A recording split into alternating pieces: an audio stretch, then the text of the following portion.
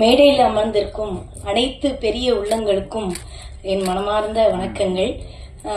இதுல வயது வித்தியாசம்லாம் கிடையாது. ஏன்னா அருமையான பாடல்கள் ஒருத்தங்க ஒரு கதைக்கு ஏத்தாப்பறி கொடுக்கறாங்கன்னா எத்தனை அனுபவங்கள் அவருடைய உள்ளங்கள்ல இருந்தா அவர் கொடுப்பாரு. அதனால இதுல வயது வித்தியாசம் கிடையாது. அத்தனை பெரியவர்களுக்கும் என்னுடைய மனமார்ந்த வாழ்த்துக்கள். இப்ப இதுல கேமராவில பதிவு பண்ணிட்டு இருக்க அத்தனை சகோதரர்களுக்கும் சகோதரிகளுக்கும் என்னுடைய வாழ்த்துக்கள். ஏன்னா நீங்க மட்டும்தான் இந்த படத்தை வெற்றி படமா மாத்தி வெளியில கொடுக்க முடியும். இது ஒரு 50 கண்கள் கிடையாது, 5 லட்சம் பேருக்கு இந்த கதையை கொண்டு போறக்கூடிய அத்தனை திறமைகளும் அன்பு உள்ளங்களோட உங்ககிட்ட நான் கேட்டுக்கிறேன். இந்த திரைப்படத்துல மணி தம்பி தான் என்னைய கூட்டிட்டு வந்துச்சு.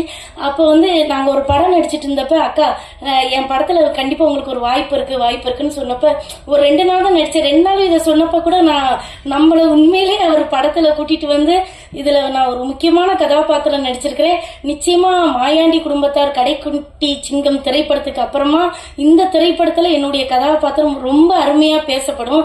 அப்படி ஒரு பாசமான ஒரு அம்மாவா என்ன நடிக்க வச்சிருக்காங்க. இதுல அதுக்கு தம்பிக்கு ரொம்ப நன்றி. அதுல நம்ம ப்ரொடியூசர் அண்ணா நான் ரொம்ப சொல்லணும். ஏன்னா அவரோட தான் நான் நடிச்சிருக்கேன் இந்த திரைப்படத்துல. என்ன அப்படின்னா ஒரு பெரிய மேம்பட்டவர்களுக்குரிய இருக்கிற அத்தனை பண்புகளும் அண்ணனுக்கு உண்டு. இன்ன வரைக்கும் அந்த உறவு என்னோட தொடர்ந்துகிட்டு இருக்கு. ஒரு தங்கச்சி அப்படின்ற ஒரு அன்புல இன்னைக்கு என்னை கூட்டிட்டு போயிட்டு இருக்காரு. ஒரு தயாரிப்பாளராக இல்ல, என்னோட அண்ணனா. அண்ணா ரொம்ப சந்தோஷம் இந்த படத்துல எனக்கு வாய்ப்பு கொடுத்ததுக்கு. இப்போ ஐயா பேசின ஐயா, நான் உங்களுடைய பெரிய ரசிகர். ஏன்னா எனக்கு ரொம்ப பிடிக்கும், தமிழ்னாலே எனக்கு ரொம்ப பிடிக்கும். நான் ஒரே ஒரு விஷயம், வாழ்க்கையில ஜெயிக்கணும்னு நினைச்சிட்டு இருக்கிற அத்தனை தம்பிமார்களுக்கு ஒரே ஒன்று, ஒரு மந்திரம் சொல்லிட்டு மட்டும் போயிடுறேன். இது ஔவையார் எழுதிய பாடல்.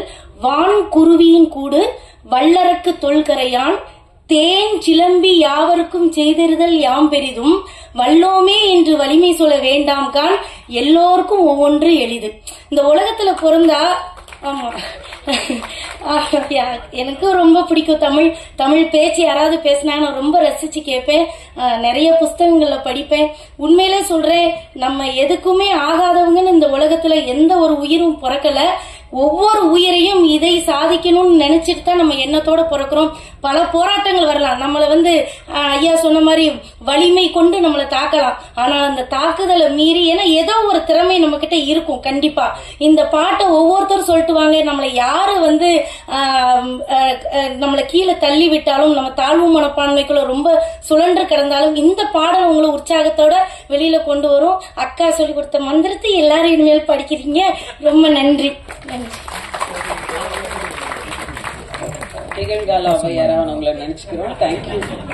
நிகழ்ச்சி தீபா ஔவையார், நன்றி. நிகழ்ச்சியில் அடுத்து நாம் பேச அழைக்கிறோம். வாய்ப்புக்காக காத்திருக்கும் ஒவ்வொரு நொடியும் உன் வெற்றிக்கு துணை நிற்கும் அயோத்தியில் கிடைத்த பெயர் தொடர்ந்து இனி எத்திசையும் ஒலிக்கும் உன் குரல். விழுந்திடு எழுந்திடு துணிந்திடு போரிடு மலர் தூவி வரவேற்க காத்திருக்கும் இந்த கலை உலகம். ஒரு நொடி படம் இனி உங்களோடு. ஒவ்வொரு நொடியும் வெற்றியை தொடரட்டும். அழைக்கிறோம் படத்தின் கதை நாயகன் தமன் குமார் அவர்களை.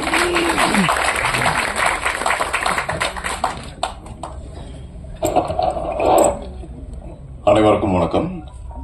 ஒரு நொடி. மனுஷங்க ஒரு சோசியல் பீயிங்ஸ். ஒருத்தருக்கு ஒருத்தர் ஹெல்ப் பண்ணிட்டு தான் இருப்போம். ஆனா நிறைய பேர் நம்மளை யூஸ் பண்ணிப்பாங்க. அது பழகிறப்ப தெரியாது, ஹெல்ப் பண்ற மாதிரி இருக்கும். கொஞ்சம் வருஷம் போய் இல்லைன்னா கொஞ்சம் மாசம் கழிச்சு திடீர்னு ஒரு நொடியில அவங்க முடிவெடுப்பாங்க. அப்பதான் தெரியும் நம்ம யூஸ் பண்ணிக்கிறதான் பழகிக்கிறாங்க அப்படின்னு சொல்லி. சினிமால அந்த மாதிரி அனுபவங்கள் எல்லாருக்கும் இருக்கும், எல்லாரோட வாழ்க்கையிலயும் இருக்கும். சில பேருக்கு அது ஃபேமிலிலேயே இருக்கலாம், இல்ல கூட இருக்க நண்பர்களா இருக்கலாம். எனக்கு யூஸ் பண்ணவங்கள மறந்துட்டேன், ஆனா எனக்கு ஹெல்ப் பண்ணவங்கள இது வரைக்கும் மறக்கலாம். என் வாழ்க்கையில ரொம்ப முக்கியமா ஒருத்தர் ஹெல்ப் பண்ணாங்க, அது மகேஷ்.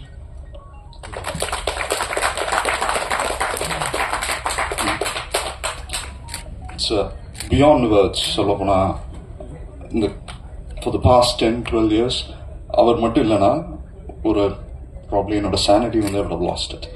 And இந்த படம் அதை மீறி ஒரு ரொம்ப சந்தோஷமா இருக்கு. அண்ட் இன்னொருத்தர் எனக்கு பெருசா ஹெல்ப் பண்ணது யாருன்னா நீங்க எல்லாரும் தான். ஏன் சொல்றேன்னா, உங்களுக்கே தெரியும் நிறைய படங்கள் நான் நடிச்சது சுமாரா இருந்திருக்கும். அண்ட் நீங்க தனியா என்னை கூப்பிட்டு ஏன்ப்பா நல்ல படம் பண்ணிருக்கலாம்னு கேட்பீங்க. அண்ட் ரிவ்யூஸ்ல வந்து நிறைய பேர் இட்ஸ் லேர்னிங். ஏன்னா நானும் வந்து தேட்டர் ட்ரெயின்ட், அதுக்கப்புறம் கொஞ்சம் கொஞ்சமா தான் கத்துட்டு இருக்கேன். ஸ்டில் நான் இப்பயும் ஆக்டிங் கத்துக்கிட்டு தான் இருக்கேன். தனியா கூப்பிட்டு என்ன வந்து இதெல்லாம் தப்பு பண்ணியிருக்கேன், இதெல்லாம் நல்லா பண்ணலாம் அப்படின்னு சொல்லிட்டு. ஆனா ரிவ்யூஸ் எனக்கு நீங்க ரொம்ப நல்லா கொடுத்துருந்தீங்க. ரொம்ப கைண்ட் ஆஃப் யூ. அண்ட் அதுக்கு ரொம்ப நன்றி.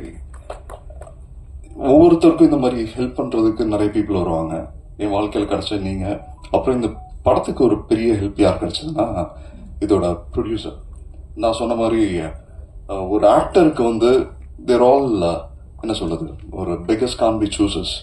அவங்களே வந்து ஒரு கிரியேட் பண்ணி பண்ண முடியாது. ஏதோ ஒரு வாய்ப்பு கிடைக்குதுன்னா வாய்ப்பு தேடி அலைகிற எல்லா நடிகர்களும் வந்து ஒரு நல்ல சான்ஸ் யாராச்சும் கொடுத்துட மாட்டாங்களான்னு சொல்லிதான் அடைவாங்க. அவங்களால எதுவும் கிரியேட் பண்ண முடியாது. கிரியேட் பண்ற தகுதி இருக்கிற ஒரே ஒருத்தங்க யாருன்னா முதல் போட்டு ப்ரொடியூஸ் பண்ற ப்ரொடியூசர்ஸ் மட்டும்தான். அண்ட் ஏன்னா அவங்களாலதான் ஒரு நல்ல கிரியேட்டரை கொண்டு வர முடியும், ஒரு நல்ல டெக்னீஷியன்ஸை கொண்டு வர முடியும், நல்ல நடிகர்களை கொண்டு வர முடியும். இது எல்லாத்தையும் ஒருங்கிணைச்சு அதுக்கு முதல் போட முடியும், இந்த ப்ராஜெக்டை ட்ரஸ்ட் பண்ண முடியும். இந்த ப்ராஜெக்டுக்கு அப்படி கிடைச்சது யாருன்னா அழகரன். அழகரன் இல்லைன்னா இந்த ப்ராஜெக்ட் வந்து பண்ணிருக்கவே முடியாது. ஏன்னா நாங்க சூஸ் பண்ணி அவ்வளோ ஷூட்டிங்ல அவ்வளோ பிரச்சனைகள் இருந்தது. அதை மீறி வந்து அவர் விடாப்படியா, ஏன்னா ஃபேமிலிக்கு அவர் சொல்லல பிகினிங்ல. இப்பதான் தெரியும் அவங்களுக்கு. பிகினிங்ல அவங்களுக்குலாம் வீட்டுக்கு தெரியாம என் வேண்டராமூர்த்தி என்னன்னு கூட சொல்லல. அவரு யாருக்குமே சொல்லல. ஒரு சீக்ரெட் மிஷன் மாதிரி தான் பண்ணாரு. அவங்க ஊர்லயே தான் ஷூட் பண்ணாங்க. அப்படி இருந்தும் முடிஞ்ச அளவு தன்னோட பட்ஜெட்டை வந்து மீறி போறப்பையும் அவரால் ஹெல்ப் பண்ணாரு. இன்னொருத்தர் வந்து கேஜி. அவர் வந்து படத்துல சினிமாட்டோகிராஃபர் மட்டும் இல்ல, ஒன் ஆஃப் த ப்ரொடியூசர் கூட. அண்ட் அவரோட ஒர்க் அண்ட் கான்ட்ரிபியூஷன் வந்து அன்பிலீவபிள். நீங்க இந்த படத்தை பாப்பீங்க. ஒரு நாளைக்கு நாங்க சில நாள்லாம் வந்து 65 ஷாட் ஷூட் பண்ணிருக்கோம். 65 ஷாட். அது வந்து அன்பிலீவபிள். அது ஒரு இடத்துல கூட காம்ப்ரமைஸ் பண்ணாம பண்ணாரு. அவர் மோர் தென் ப்ரொடியூசர். இந்த ஸ்கிரிப்ட்குள்ள எல்லாருமே வந்தாங்க. இதுல இதே மாதிரி இந்த படத்துல நடிச்ச நடிகர்கள் அத்தனை பேருமே. இதுல முக்கியமா ஒருத்தர் பத்தி சொன்னா அவர் வந்து பழக்கற்பையா சார். அவர் கூட நான் நடிச்ச வந்திருக்கோம். இந்த சீன் பார்த்திருப்பீங்க. அவர் ஒன்னு சொன்னாரு. நாங்க பர்சனலா உட்காந்து பேசிட்டு இருக்கிறப்ப, சினிமால வர புகழ் வந்து நம்பர் 1 நம்பர் 2 அந்த நம்பர் போட்டு இருக்கிறது வந்து ஒரு 10 வருஷம் கழிச்சு 20 வருஷம் கழிச்சு அந்த நம்பர் அப்படியே இருக்கும். ஆளுங்க மட்டும் மாறிட்டே இருப்பாங்க. அது நிலைத்த புகழ் இல்ல அப்படின்னாரு. நிலைத்த புகழ் எதுன்னா ஈகை, தியாகம், வீரம், அறிவு. ஐயா நீங்க சொன்னதுல இருந்து இன்னைக்கு வரைக்கும் அதை நான் அட்லீஸ்ட் ஒரு தெரியாச்சும் நினைச்சு பார்ப்பாங்க. அண்ட் அது உண்மைதான். இந்த சின்ன சின்ன ஹெல்ப் பண்ணதுல இன்னொன்னு நம்ம நடிகர் வேல்ராமூர்த்தி ஐயா. ஏன்னா அவருக்கு வந்து அப்ப தன்னோட பேத்தி கல்யாணம் இருந்தது. சோ அது பத்திரிக்கை கொடுக்கணும், அந்த மாதிரி நிறைய இடையூறுகள் இருந்தும் அது மீறி வந்து நம்ம கூட இருந்து இந்த படத்தை விடிய முடிச்சுட்டு அப்படியே தூங்காம போய் பத்திரிக்கை கொடுத்துட்டு கல்யாணம் நடத்தினாரு. சோ அதுக்கப்புறம் ஆரி ப்ரோ வந்து எதாச்சும் வேற ஒரு ஷூட்டிங்ல இருந்தாரு. நம்ம ஆடியோ லான்ச் பண்றோம்னு சொல்லி கூப்பிட்டோம்னா நேரா வந்தாரு. அண்ட் படத்துல நடிச்ச அத்தனை நடிகர்கள், இசையமைப்பாளர் அத்தனை பேருக்கு ரொம்ப நன்றி. Thank you so much. அது முக்கியமா வந்து இந்த படத்தை இந்த அளவுக்கு கொண்டுட்டு வந்ததுக்கு கேபிள் சங்கர் வந்து என்னோட லாங் டைம் ஃப்ரெண்ட். உங்களுக்கு தெரியும், தொட்டாந்தொட்டமா அவர் கூட தான் பண்ணிருப்பேன். அப்புறம் அவரோட படம் 6 அத்தியாயம் பண்ணிருப்பேன். சோ ஃப்ரெண்ட்லியா பேசுவோம், இதெல்லாம் பண்ணுவோம். இந்த படம் ஃபர்ஸ்ட் டே ஷூட்டிங் நினைக்கிறேன். ஃபர்ஸ்ட் டே ஷூட்டிங் பண்றப்ப என்ன கூப்பிட்டு இருந்தாரு. தமன், அயோத்திக்கு பிரமாதமான வரவேற்பு இருக்கு, நீ நடிச்ச ரோலுக்கும் ரொம்ப நல்ல ஒரு வரவேற்பு இருக்கு அப்படின்னு சொன்னாரு. சார் நான் ஒரு ஷூட் பண்ணிட்டு இருக்கேன், இன்னைக்கு தான் ஆரம்பிச்சிருக்க படம். இந்த படம் ரொம்ப நல்லா வரும் சார், இந்த படம் ரொம்ப நல்லா வருது, இந்த படம் அவசியம் நீங்க பாருங்க அப்படின்னு சொல்லியிருந்தேன். அதே மாதிரி கேபிள் சார் தான் இந்த படத்துக்கோட டப்பிங் பண்ணணும்னு சொல்லி கடைசியில் ஒரு வாய்ஸ் ஓவர் வரும், அது வந்து சார் தான் டப் பண்ணாரு. அப்ப டப்பிங் பாக்குறப்ப மணி சார் சொன்னது, மணி ப்ரோ சொன்னது உங்களுக்கு தெரிஞ்சிருக்கும். அண்ட் அதை பார்த்துட்டு தனஞ்சயன் சார் கூட்டிட்டு வந்தாரு. இந்த படத்துக்கு மிகப்பெரிய விசிட்டிங் கார்டு கொடுத்தது சார் தான். ஏன்னா இதுக்கு நானும் மணி ப்ரோ லாங் டைம் ஃப்ரெண்ட்ஸ். கிட்டத்தட்ட ஒரு நாங்க இதுக்கு முன்னாடி கண்மணி பாப்பான்னு ஒரு படம் பண்ணோம். அந்த படமும் நல்லா தான் இருந்தது. அப்ப வந்திருந்தாலே அந்த படம் நல்ல ஒரு பேசக்கூடிய படமா இருந்திருக்கும். ஆனா அதை போய் சேர்ந்த இடம் தப்பான இடம். அது சரியா அவங்களால பண்ண முடியல, அவங்களுக்கு நிறைய காரணங்கள் இருக்கலாம். ஸோ அந்த ஒரு இதனால அது ரிலீஸ் ஆக முடியல. இருந்தாலும் தொடர்ந்து வி கண்டினியூட் ஆச்சானே. இந்த ஒரு நொடிக்கு முன்னாடியே 2-3 படம் ப்ராஜெக்ட்ஸ் வந்து ஆரம்பிக்கலாம்னு சொல்லி பேசி இது பண்ணி இந்த ஸ்கிரிப்ட் சொல்லி அது இவ்வளவு தூரம் நல்லா வந்துருச்சு. அண்ட் ஃபர்ஸ்ட் காப்பி கூட ரெடி ஆகல. சார் பார்த்துட்டு தனஞ்சயன் சார் பார்த்துட்டு வெளியில வந்தோன்னு சொன்னாரு, இந்த படத்தை நான் பண்றேன், பட் இதுதான் கரெக்ஷன்ஸ் இருக்கு, இதெல்லாம் பண்றதுக்கு ஓகேவா? இட் இஸ் அது வந்து ஒரு இது மாதிரி ஒரு அட்வைஸ் தான் கேட்டாரு, சஜஷன் தான் சொன்னாரு. டைட்டில் ஃபர்ஸ்ட் சொன்னாரு, அப்புறம் இன்னும் 4-5 கரெக்ஷன் சொன்னாரு. ஐ திங்க் அது இட்ஸ் a கேம் சேஞ்சர். ஒரு சின்ன சின்ன விஷயங்கள் தான் வந்து ஒரு படத்தை வந்து அழகு சேர்க்கும். அதே மாதிரி இந்த படத்தை இவ்வளவு நேர்த்தியா அழகா அமைச்சு இவ்வளவு ஒரு பிரசன்டபிள் ஒரு நல்ல பிசினஸ் ப்ராடக்டா கொண்டு வந்ததுக்கு தனஞ்சயன் சார் ஃபினாமினல். அவர்கிட்ட இருந்து நாங்க தினமும் லேர்ன் பண்ணிட்டு இருக்கோம் இந்த ப்ராஜெக்ட்ஸ். அவர் எப்படி பேக்கேஜ் பண்றாரு, எப்படி வந்து கவனத்தை ஈர்க்க வைக்கிறாரு, இதெல்லாம் வந்து ஒரு பெரிய லேர்னிங் எக்ஸ்பீரியன்ஸ். இது வந்து இண்டஸ்ட்ரியில பல வருஷம் ஒரு ஒரு படத்தை பார்த்தோன்னே சாரி படத்தை பார்த்தோன்னே தேரும் தேராதுன்னு நினைக்கிறது ரொம்ப கஷ்டமான விஷயம். அது வந்து இது வந்து சார் பார்த்தோன்னா அந்த ஜட்மெண்ட் இருக்குல்ல, தட் இஸ் phenomenal. அது வந்து very few people would have it. ஓடுனதுக்கு அப்புறம் சொல்லலாம் இது ஒரு நல்ல படம், இதனால ஓடிச்சு அதனால ஓடிச்சுன்னு. ஒரு படம் வந்து அந்த லிட்மஸ் டெஸ்ட் இருக்குல்ல, அந்த ஃபர்ஸ்ட் ஷோ டபுள் பாசிட்டிவ் பாக்குறப்ப தெரியும்ல இந்த படத்துல ஏதோ ஒண்ணு இருக்கே, அதை எடுபடும்னு கண்டுபிடிக்கிறது ரொம்ப கஷ்டமான விஷயம். இன்னொன்னு, இந்த படத்தை வந்து யார் ரெக்கமெண்டேஷனாலேயோ, ஐயா சொன்ன மாதிரி இது வந்து வெறும் திறமையினால மட்டும்தான், இது வந்து எங்களோட எல்லாரோட ஒட்டுமொத்த உண்மையான உழைப்புக்கு கிடைச்ச மரியாதை தான் சார் வந்து இந்த படத்தை எடுத்தது. ஏன்னா படம் அவ்வளவு நேர்த்தி அமைஞ்சது. இதை பார்த்துட்டு சார் ஓகே, ஒரு நொடி படத்துக்கு நாங்க போட்ட எஃபர்ட்டுக்கு கிடைச்ச மரியாதை தான் சாரோட பேனர்ல இந்த படம் ரிலீஸ் ஆகுது. I'm so happy. நீங்க உங்க எல்லாருக்குமே இந்த படம் பார்க்கறப்ப ரொம்ப பிடிச்சிருக்குன்னு நினைக்கிறேன். இதை மக்கள் கிட்ட நீங்க கொண்டு போய் நிச்சயமா சேர்ப்பீங்க. Thank you very much. மாதா பிதா குரு தெய்வத்துக்கு வணக்கம். நான் பேசுவேன் தாய்மொழி தமிழுக்கு முதல் வணக்கம். இந்த படக்குழுவினருக்கு அவங்களுக்கே தெரியாத ஒரு நல்ல நியூஸோட ஆரம்பிக்கலாம் நினைக்கிறேன். சரி, இப்பதான் ட்விட்டர் பார்த்தேன், ஒரு மெசேஜ் வந்திருந்தது. அரண்மனை போஸ்ட்போன் ஆயிடுச்சு May 3 உங்களுக்கு காம்படிஷன் இல்லை, விஷால் மட்டும்தான் அவங்க காம்படிஷன். அதனால ஏன்னா உள்ள வெளியில் பேசிட்டு சொன்னார், 2 படம் வருது, நிறைய தேட்டரில் போட்டிருக்காங்க, நல்ல கண்டென்ட்டை கொண்டு போய் சேர்க்கணும்னு அவர் எப்பவுமே ஆதங்கப்பட்டு சொல்லிட்டு இருந்தாரு. இப்போ சும்மா ட்விட்டர் ஓப்பன் பண்ணேன், அவருக்கும் சந்தோஷமான நியூஸு, நம்ம நண்பர் படம் ரிலீஸ் ஆகுது, நமக்கும் சந்தோஷமான நியூஸு. ஏன்னா அவங்க தனி May 3 தான் வர்றாங்க அப்படின்ட்டு. இந்த கடைசியாக தனஞ்சயன் சார் பேச போகிறாங்கன்னு சொல்லி காஃபியை ஃபில்டர் பண்ணோன்னா இருக்கிற தண்ணியெல்லாம் கீழே இறங்கிடும். அப்படி வெறும் அந்த காப்பி தூள் சக்கை மட்டும்தான் இருக்கும். ஆனால் அதை எடுத்து இறுக்கி புழிஞ்ச உடனே ஒரு பல சொட்டுகள் வந்து விழுகும். அது மாதிரி எல்லாரும் எல்லாத்தையும் பேசிட்டாங்க. இந்த படம் சார்ந்து நான் என்ன பேச போகிறோம் அப்படிங்கிற யோசிச்சுட்டே உட்காந்துருந்தேன். அதுவும் பழக்கர் பேசினதுக்கப்புறம் நாளைக்கு வேறு எலெக்ஷனு வச்சு எல்லாத்தையும் செஞ்சுட்டாரு. இங்கே கரப்ஷன் அப்படிதான் இருக்கும், அடாவடித்தனம் அப்படிதான் இருக்கும், நீங்க என்ன ஓட்டு போட்டாலும் எதுவும் மாறாதுங்கிறத அவர் ரொம்ப எளிமையா அவருக்கே உண்டான பாணியில அழகா சொல்லிட்டு போயிட்டாரு. ஆனா ஓட்டு போற நமக்கு இருக்கிற ஒரே நம்பிக்கை மாற்றம் என்றுக்கோ ஒரு நாள் வருங்கிற நம்பிக்கை தான் ஒவ்வொரு நாளும் ஓட்டு போட போறோம். அதே போல இந்த சினிமாவில் ஒரு மாற்றம். அடுத்து சிவி குமார் சார் இங்க உட்கார்ந்துருக்காரு. ஒரு ட்ரெண்ட் செட்டர்ஸ் சில பேர் இந்த மேடையில் இருக்காங்க, Dhananjayan sir and CV Kumar sir. நான் சினிமாவுக்கு வந்து நான் ஒரு போராட்டமான இந்த காலகட்டத்தில் நான் பார்த்து வியந்த சில தயாரிப்பாளர்கள், குறிப்பா நல்ல படைப்புகளை கொண்டு தியேட்டருக்கு சேர்த்த தயாரிப்பாளர்கள். சார் அவங்க பேனர்லாம் நம்ம கூப்பிட மாட்டேங்கிறாங்க, நடிக்க மாட்டேங்கிறோம் அப்படின்னு ஒரு சின்ன ஆதங்கம் இருக்கும்.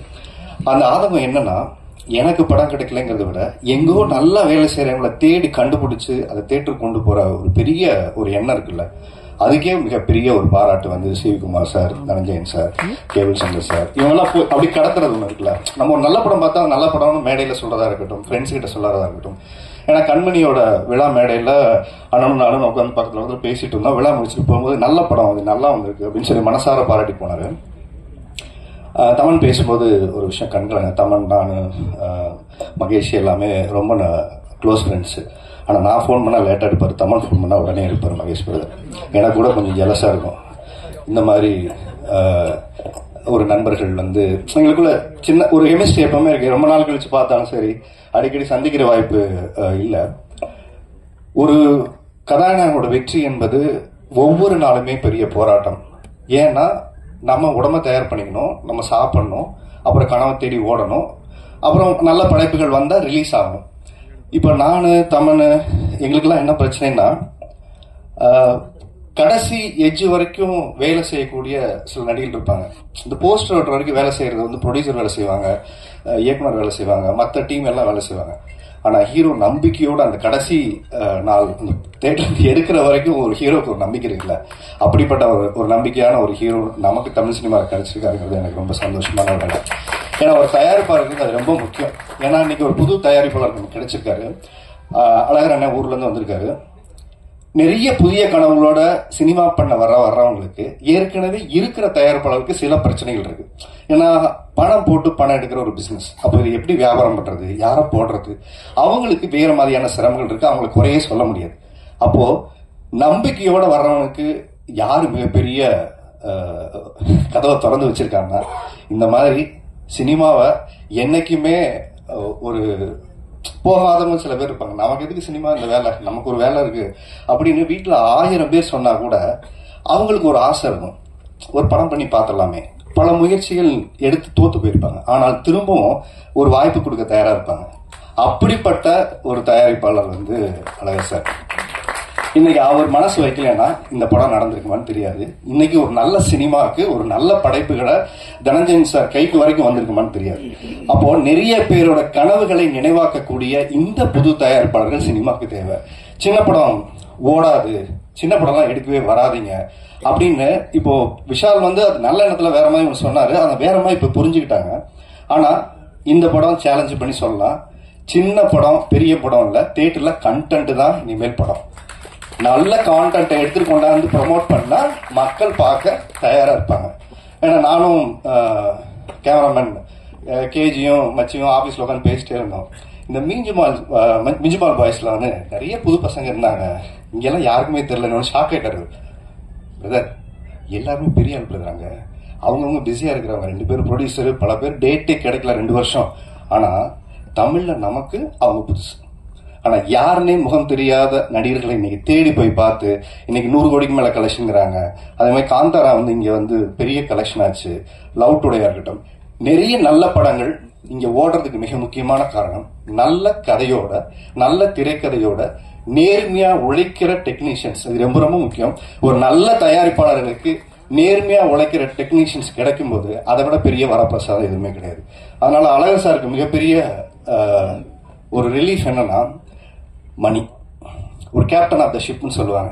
மணிக்கும் எனக்குமான தொடர்பே கண்மணி படத்துக்கு ஆடியோ லான்ச் போனதுக்கு அப்புறம் தான் 2 பேரும் பெரிய க்ளோஸ் ஃப்ரெண்ட் ஆயிட்டோம். நான் ஏதாவது யோசிச்சு அவர்கிட்ட பேசுவேன், அவர் ஏதாவது என்கிட்ட பேசி கலந்துரையாடுவோம். அப்படிப்பட்ட ஒரு நல்ல நட்பு. அவரோட கேரக்டர் எனக்கு ரொம்ப அட்மைர் பண்ண விஷயம் என்னன்னா, ப்ரொடியூசரோட பணம் இல்ல, இது ஏன் பணம். அப்போ நான் ஒரு ரூபாயும் செலவு பண்ணும்போது எவ்வளவு கவனமா செலவு பண்ணணும், இந்த தயாரிப்பாளரை நான் எப்படி காப்பாற்றணும். என்னை நம்பி வர தொழில்நுட்ப கலைஞர்கள்ல அன்கண்டிஷனல் சப்போர்ட்டை ரெக்வஸ்ட் பண்ணி கேட்பாரு. இந்த படம் நான் கொண்டாந்து தியேட்டர் பண்ற வரைக்கும் என்னால் இவ்வளவுதான் பட்ஜெட் இருக்கு, இவ்வளவுதான் கொடுக்க முடியும், இவ்வளவுதான் எனக்கு டேஸ் பிளான் இருக்கு அப்படின்னு ஒவ்வொருத்தர் கிட்டையுமே போய் காலில் விழாத குறை தான். ஏன்னா ஒரு நல்ல சினிமா எடுக்கணும், இது மட்டும்தான் ஒரு எண்ணம். ஆனா அவர் இன்னைக்கு அப்புறம் காலரை தூக்கி விட்டுட்டு இருக்கிற விஷயம்னா, நல்ல சினிமா எடுத்துட்டீங்க, இனிமேல் ஒரு நல்ல சினிமா எடுக்கக்கூடிய ஒரு இயக்குனர் அந்த சினிமா கிடைச்சிருக்காருங்கிறதுல ரொம்ப தைரியமா சொல்லலாம். அதே நேரத்தில் புதிய தயாரிப்பாளர்கள் மணியை நம்பி காசு கொடுத்தீங்கன்னா அவர் மணியா அவர் பார்த்துப்பாரு. அதுதான் அவருடைய பெரிய அசட். அவர் மணியா பார்த்துப்பாருன்னா அவர் பேங்க்ல போட்டுக்க மாட்டாரு. அதை ரொம்ப முக்கியமா எழுதுங்க. அவர் மணியா பார்த்துப்பாருன்னு அவர் எடுத்து செலவு பண்ண மாட்டாரு. கவனத்தை கையாண்டு ஒரு நல்ல திரைப்படம் கொண்டு வர வரைக்கும் ஒரு தயாரிப்பாளருக்கு எதெல்லாம் சேவ் பண்ணணும், இந்த வேஸ்ட் மேனேஜ்மெண்ட் சொல்லுவாங்கல்ல, அந்த ப்ரீ ப்ரொடக்ஷன் ரொம்ப அழகா பண்ணக்கூடிய ஒரு நபர். அதே மாதிரி கூட இருக்க தொழில்நுட்ப கலைஞர். இந்த படம் இவ்வளவு நல்லா வந்திருக்குன்னா நிறைய பேருடைய தியாகம் இந்த மேடையில் இருக்கு. பணத்தை எதிர்பார்த்து இந்த படம் நடக்கல. பிரபலமான பெரிய ஆர்டிஸ்ட், பெரிய காஸ்டிங், பெரிய டெக்னீஷியன்ஸ் அதை நம்பியும் இல்லை, ஹீரோவை நம்பியும் படம் இல்லை. ஒரே ஒரு விஷயத்துக்காக தான் இந்த படம் நடந்தது. கதை தான் ஹீரோ, கதை தான் ஹீரோ, கதை மட்டுமே ஹீரோ அப்படிங்கிற ஒரு விஷயத்தை நம்பிதான் இந்த படம் வந்திருக்கு. எனக்கு தெரிஞ்சு இந்த படத்துக்கு அப்புறம் தமிழ் அண்ட் டெக்னீஷியன்ஸ், கேமராமேன், இவங்க எல்லாருக்குமே ஒரு பெரிய வாழ்க்கையோட ஏற்றம் இருக்கு. அதே மாதிரி இசையமைப்பாளர் வந்தோடனே நான் ஹைட்டா ஒரு ஆள் வந்தாரு. ஏன்னா நிறைய பேர் உள்ள உட்காந்து வந்தோம், புதுசா வரும்போது யாருன்னு தெரியல. அப்பதான் சொன்னா இவரு தான் மியூசிக் போட்டிருக்காருனாங்க. டீசர் எல்லாமே பார்த்தேன், ரொம்ப நல்லா இருந்தது. இந்த படத்துக்கு ஒரு படம் ஓட்டினது தனஞ்சயன் சார் ஹிஸ்டரியில தமிழ்ல நீங்க தான் சார். படத்துக்கு ஒரு படம் போட்டு எல்லாத்துக்கும் காமிச்சிட்டீங்க. இந்த படம் இது ஒரு ட்ரெண்ட் செட் ஆயிடும். அடுத்தது ஆன்லைன்ல ரிலீஸ் பண்றதுக்கு முன்னாடி உங்களுக்கு ஒரு படம் காட்டணும் இனிமேல் அப்படின்னு எல்லாருமே ரெடி ஆயிடுவாங்க. அப்புறம் இந்த படம் நடக்கிறதுக்கு மிக முக்கியமான காரணம் கேபிள் சங்கரனுடைய பங்களிப்பு. எனக்கு தெரிஞ்சு இந்த ஆடியோ லான்ச்சுக்கு அப்புறம் அவர் வீட்டு வாசல்ல ஒரு 100 பேர் போய் நிற்பாங்க நினைக்கிறேன். படத்தை தயவு செஞ்சு வந்து நாளைக்கு பார்த்துருங்க, அடுத்து இந்த படத்தை விற்கணும். அவருக்கு நிறைய ஃபோன் கால்ஸ் வர ஆரம்பிச்சிடும். அதுக்கப்புறம் ஏன்னா தனஞ்சயன் சார் எப்படின்னா கரெக்டான ப்ராஜெக்ட் எடுத்துட்டு வாங்க, நம்ம மீட் பண்ணுவோம். ஆனால் ஃபர்ஸ்ட்டே ஃபில்டர் பண்ணி வரணும். ஏன்னா இன்னைக்கு அவ்வளோ பிஸியா இந்த பக்கம் தங்கலானா இருக்கட்டும், இந்த பக்கம் கங்குவா அப்டேட் கேட்டு பல பேர் அவரை டார்ச்சர் பண்ணிட்டு இருக்காங்க. அதுக்கு இடையில சினிமா இருக்கக்கூடிய இங்க கலைஞர்களுக்கு ஏதாவது ஒரு இஷ்யூனா அதை அட்ரஸ் பண்ணி ஒரு ட்விட்டர். எனக்கு தெரிஞ்சு ட்விட்டர்ல களமாடுறது ரொம்ப சீரியஸா தனஞ்சயன் சார் தான். இன்னைக்கு கூட ஒரு ட்விட்டர்ல ஒன்று போட்டு வந்துட்டு ஒரு விஷயம் சொன்னார். அதை நான் சொன்னா நல்லா இருக்காது, அது தனிப்பட்ட முறையில் சொன்னார். தெரியாதனமா போட்டேன்ப்பா, ஆளாளுக்கு போன் போட்டுட்டு இருக்காங்கப்பா அப்படின்னு சொன்னாரு. ஆனா சார் நீங்க உங்க மேல இந்த சினிமா ஒரு நம்பிக்கை நிறைய இளைஞர்கள் வைக்க ஆரம்பிச்சிருக்காங்க. அதையும் குறிப்பா இந்த மேடையில அதை சொல்லணும்னு நினைக்கிறேன். ஃபினான்ஷியல் டிசிப்ளின் இந்த படத்துல அவர் என்ன கமிட்மெண்ட் சொன்னாரோ அதை ரொம்ப ஹானர் பண்ணியிருக்காரு. கரெக்டான நேரத்தில் கரெக்டான டைம்லன்னு அந்த குழு சொல்லும்போது ரொம்ப சந்தோஷமா இருந்தது. ஏன்னா நிறைய பேர் படம் எடுத்துவாங்க, அப்புறம் கொடுக்க மாட்டாங்க, அப்புறம் அதுன்னு சொல்லாம ஒவ்வொரு விஷயமே இதை நான் கேட்கவே இல்லை. அவங்களே சார் நல்லா பண்ணிட்டாரு, படம் நல்லா பண்ணிட்டு இருக்காரு, ஆனா வச்சு மட்டும் செய்யறாரு, இதை எதை கொடுத்துருங்க, இதை பண்ணிருங்க, அதை செஞ்சிருக்கும் போது அந்த குவாலிட்டியா கொண்டு போய் சேர்க்கறது இல்லை. எனக்கு கூட ஒரு டெக்ஸ்ட் பண்ணி ஒரு நொடி யோசிச்சு ஒரு வீடியோ எனக்கு அனுப்புங்க, இதான் ரெஃபரன்ஸ் மகேஷோட வீடியோ எனக்கு அனுப்பிச்சிருந்தாரு. இப்படி மகேஷ் பண்ணி அனுப்பிச்சிருக்காரு. உங்க வாழ்க்கையில் நடந்த ஒரு நொடிய நீங்க சொல்லி அனுப்புங்கன்னாரு. எனக்கு என்ன சொல்றேன்னு டக்குன்னு தெரியல. சரி, நம்ம செஞ்ச ஒரு தப்ப இன்னொருத்தர் செய்ய வேணாம்னு சொல்லி நான் ஃபர்ஸ்ட் ஓட்டு போடும்போது நான் ஓட்டு போடலை. எனக்கு ஓட்டு வந்துருச்சு. போனேன், 2 மணி நேரம் கியூல நின்னேன். நான் அந்த ஓட்டு 2 மணி நேரம் வெயில் நின்று நம்ம என்ன செலக்ட் பண்ணுறதுக்கு நம்ம நிற்கணும்னு சொல்லிட்டு திரும்ப வீட்டுக்கு வந்துட்டேன். அதுக்கப்புறம் ஒரு காலப்போக்கில் நான் செஞ்ச தவறு எனக்கு ரொம்ப கில்ட்டாக இருந்தது. ஏன்னா ஓட்டு போடுறது நமக்காக, நாம யாரையோ தேர்ந்தெடுக்கிறோம் இல்லை, நமக்காக தான் ஒருத்தர் தேர்ந்தெடுக்கிறோங்கிற அந்த ரெஸ்பான்சிபிலிட்டி இருக்குல்ல, அது அந்த வீடியோ பதிவு பண்ண அனுப்பிச்சு விட்டேன். சார் அதுக்கு ஒரு காரணம் இருக்கு. நீங்க இன்னைக்கு உள்ள வந்தோடனே ஒன்று சொன்னீங்க, படத்தோட கிளைமேக்ஸும் நான் கன்ஃபர்ஸ் பண்ணதுக்கும் ஒரு காரணம் இருக்கு. அதுக்காக தான் அந்த வீடியோ அனுப்பிச்சாங்க. ஏன்னா நாம நமக்கு செய்யற தவறுகளை நம்ம எப்போ ஒத்துக்கிறோம், நாம நம்மளுடைய தவறுகளை எப்ப திருத்திக்கிறோங்கிறது ரொம்ப ரொம்ப முக்கியம். அந்த தவற நம்ம அப்படியே கண்டினியூ பண்ணக்கூடாது, நம்ம தவறு தெரிஞ்சதுக்கு அப்புறம். ஸோ அது மாதிரி இந்த படம் மிகப்பெரிய ஒரு மாற்றத்திற்கான ஒரு படமா தமிழ் சினிமாவில் இருக்கும். கான்டென்ட்டை நம்பி எடுத்தா ஹீரோ நடிக்க தயாரா இருப்பாங்க, டெக்னீஷியன்ஸை உங்களோட வேலை செய்ய தயார். ஏன்னா எல்லாரும் ஒரு வெற்றி தான் சார் வேணும். வெற்றி நோக்கி தான் எல்லாரும் ஓடிட்டு இருக்கோம். நானும் ஓடுறேன், அவரும் ஓடுறேன், எல்லாருமே ஓடுறோம்.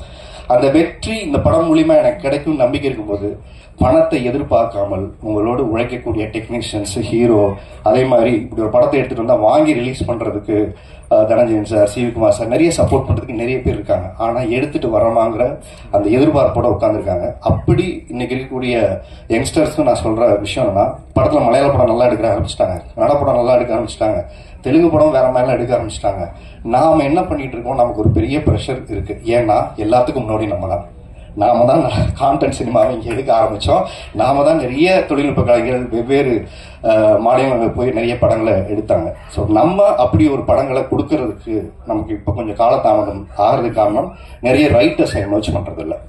இங்க 2 ரைட்டர்ஸ் இங்க உட்கார்ந்துருக்காங்க. தமிழ் சினிமாவுக்கு 2 நல்ல நடிகர்கள் கிடைச்சாங்க. ஆனா இன்னொரு விஷயத்துல எழுதுறதை விட்டுட்டாங்க. நான் கேட்டேன், வேலை நம்ம சார் எப்போ நான் எழுத ஆரம்பிச்சிங்க, எங்கடா தம்பி இந்த பக்கம் சேனல் பக்கம் போயிட்டேன். மாசம் 15 நாள் 20 நாள் அவங்க சாப்பிட்றாங்க. இருக்கிற 15 நாள் படம் கமிட் பண்ணதை முடிக்க வேண்டியதா இருக்கு, தூங்குறதுக்கு நேரம் இல்லை. அப்படி ஓடி டப்பிங் பேசிட்டு அப்படி போயிடுறோம். அப்போ இவரை போன்ற எழுத்தாளர்களை மீண்டும் உருவாக்க வேண்டும்.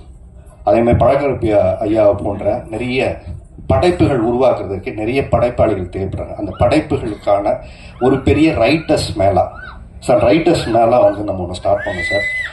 ஏன்னா நிறைய ரைட்டர்ஸ் எமர்ஜ் பண்ற கல்ச்சர் நீங்களும் நிறைய இன்டர்வியூல சொல்லிக்கிட்டே இருக்கோம். அந்த ரைட்டர்ஸை கதை வாங்கி நம்ம தயாரிக்கிற கல்ச்சர் நம்ம கிட்ட கம்மியா இருக்கு.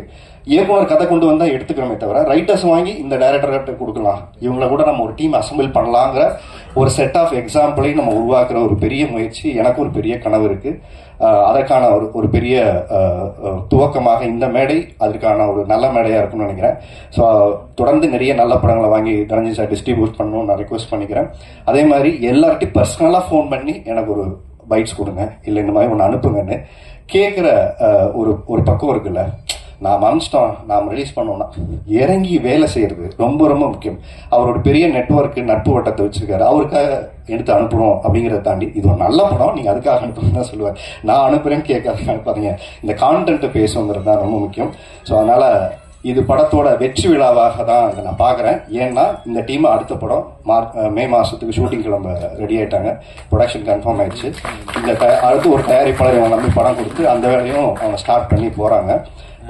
ஸோ அதனால இந்த மொத்த படக்குழுவுக்கும் பத்திரிகையாளர்களாகிய நீங்க உங்களுடைய வார்த்தைகள் அதுதான் அவங்களுடைய வாழ்க்கையை தீர்மானிக்க போகுது.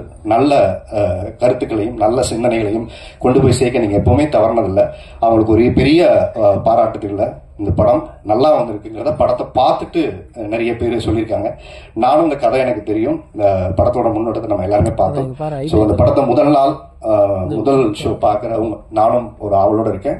ஸோ ஒரு வெற்றி படமாக அமைட்டோம். கடைசியாக நாளைக்கு எலெக்ஷனு, ஒரே ஒரு ரிக்வஸ்ட் தான். ஏன்னா நேற்று இந்த புதிய தலைமுறையில் ஒரு ஃபினாலே நடந்துச்சு, போய் நிறைய பேசிட்டு வந்தோம். எல்லாரும் 100% ஓட்டேஜ் 100% ஓட்டு போடணும்னு நம்ம சொல்லிக்கிட்டே இருக்கோம்.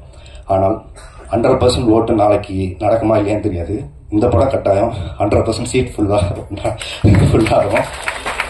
அதே நேரத்தில் சார் முதல் டிக்கெட்டை ஒரு 100 டிக்கெட்டை நான் வாங்கிக்கிறேன் சார். இந்த படத்தோட 100 டிக்கெட்டை நான் வாங்கிக்கிறேன். ஏன்னா ஒரு படத்து மேல இருக்க கான்பிடென்ட் என்னங்கிறத நம்ம நம்பாம ஒரு படம் பார்க்க வர்றவங்க நம்ம நம்ப வைக்க முடியாது. எனக்கு இந்த படத்து மேல நம்பிக்கை இருக்கு. நான் 100 பேருக்கு இந்த படத்தை வாங்கி நான் கொடுக்கணும்னு நினைக்கிறேன்.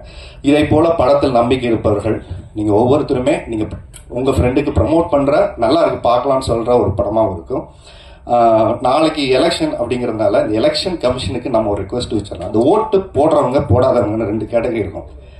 கமல் சார் ஒரு டைலாக் சொல்லுவாரு, அதாவது நல்லவனுக்கு கிடைக்கிற எல்லா மரியாதையும் இந்த கெட்டவனுக்கு இந்த சமூகத்தில் கிடைச்சிருது. இது எப்படின்னு கேட்டு அவர் அந்த அழுதுகிட்டு அந்த விஷயம் ஒன்று சொல்லுவார். அப்போ ஓட்டு போடுறவங்களுக்கு கிடைக்கிற எல்லா மரியாதையும் ஓட்டு போடாதவங்களுக்கு இந்த சமூகத்தில் கிடைச்சிருது. இது எப்படின்னு ஒரு கொஸ்டின் இருக்கு இல்லையா? ஏன்னா இவ நான் பேசும்போது நிறைய கமெண்ட்ஸ், அதாவது என்னன்னா ஓட்டு போடுறது நம்மளோட உரிமை, நம்மளோட கடமை. என் உரிமை போடாமல் இருக்கிறதுக்கு என்னோட உரிமை அப்படின்னு நிறைய பேர் சொல்றாங்க. போடாமல் இருப்பது உங்களுடைய உரிமையா இருக்கலாம், ஆனால் நீங்கள் போடாமல் இருப்பதனால் நிறைய பேரோட உரிமைகள் பறிக்கப்படுகிறது, நிறைய பேரோட உரிமைகள் குறவலை நெரிக்கப்படுகிறது என்பதை நீங்க கவனத்தில் வச்சுக்கோங்க, நீங்க போய் ஓட்டு போடாதனால. அதனால ஒரு எலெக்ஷன் கமிஷன் புதுசா ஒரு அனௌன்ஸ்மெண்ட் கொடுத்தா நல்லா இருக்கும். அதாவது எப்படி பிரிவிலேஜ் ஓட்டு போடுறவனுக்கான ஒரு பிரிவிலேஜ் கேட்டகரியில் அவனை கொண்டாந்து வைக்கணும் அப்படின்னா, எப்படி இப்போ நம்ம ரயில்வேல வேலை பார்க்குறோம், கவர்மெண்ட்ல வேலை பார்க்கணும், அவங்களுக்கு பிரிவிலேஜ் கொடுக்குறாங்க. நீங்க வேலை பார்க்குற அந்த ரயில்வே துறையில நீங்க ஃப்ரீயா டிராவல் பண்ணிக்கலாம், அவங்களுக்கு ஒரு பிரிவிலேஜ் சர்வீஸ் கொடுக்குறாங்க. அது மாதிரி அரசாங்கம் ஒரு பிரிவிலேஜ் சிட்டிசன்ஷிப்பாக டிஜிட்டலா நீங்க ஒரு சர்டிபிகேட் கொடுக்கலாம். ஓட்டு போடுறவங்க நீங்க சர்டிபிகேட் கொடுத்தீங்கன்னா நாளைக்கு பேங்க் அக்கௌண்ட் ஓபன் பண்ணும்போது இதை கேட்கலாம். நீங்க